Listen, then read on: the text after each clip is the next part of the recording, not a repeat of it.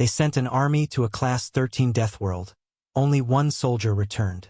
No one in the Galactic Dominion had ever dared to land on Gorgoner Prime, the only known Class 13 Deathworld in the Orion Arm officially. It was labeled uninhabitable, unreachable, and untamable.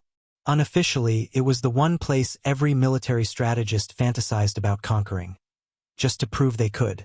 So when the Supreme Command of the Sci-fi Dominion declared a full-scale invasion, the council chambers echoed with the hollow laughter of politicians and admirals drunk on their own arrogance. An army of 100,000 genetically enhanced soldiers, clad in the finest exo-armor, backed by orbital cannons and autonomous war drones, departed under the glow of 1 billion stars. On the flagship Vigilant Spear, Lieutenant Commander Rock Varun stood at the viewing deck, watching the swirling storms of Gorgoner Prime. He killed insurgents on asteroid colonies, pirates in the Kuiper Drifts, and rogue AIs in the Magellan Expanse. Nothing had ever rattled him. Until now. Their first boots touched ground on the Obsidian Plains where jagged spikes of iron grew like trees and the wind howled like an open grave. Within an hour, their drones vanished from the feeds. Within 6, the ground transports were swallowed by sinkholes that hadn't existed minutes before.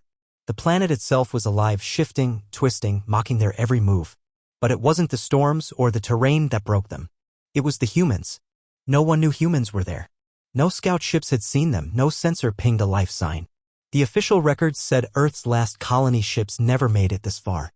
But in the boiling canyons of Gorgoner Prime, they survived, adapted in ways that defied Dominion science. Rock saw them first when his forward unit took shelter in a crystalline ravine. He thought they were phantoms at first. Figures cloaked in patchwork armor, eyes glowing with a feral light. They didn't speak.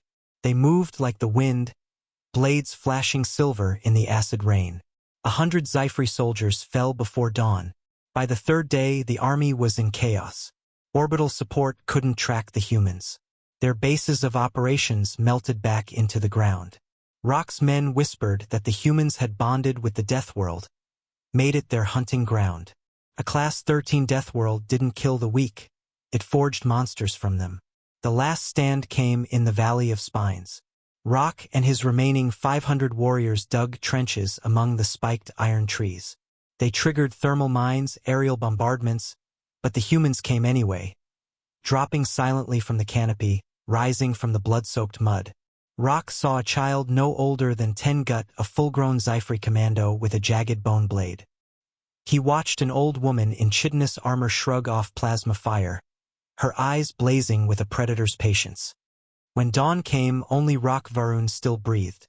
A human stood over him, an unarmored man, face weathered by acid winds, a necklace of scavenged circuit boards around his neck. His eyes were calm, almost pitying. "Tell them what you found here," the human said, voice deep as the canyons. "Tell them we are what this world made us." Rock tried to speak, but his helmet's voice modulator was clogged with blood and grit. He nodded instead. The human let him live. He stumbled alone through the shifting plains until a Dominion dropship found his signal. Now, Rock sits before the council, pale and trembling in his shredded armor. Around him, generals demand explanations. Politicians scream about pride and vengeance.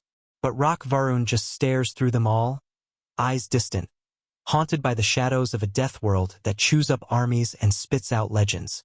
They didn't just survive. Rock whispers finally, his voice cracking. They became something else. "You sent an army to conquer Gorgoner Prime, but you sent them to our grave. We are not the apex predators there." He leans forward, breath shallow, the taste of that storm still in his lungs. "They are human, but they are not like us. If you go back, you'll only feed the planet more bodies. It will make them stronger."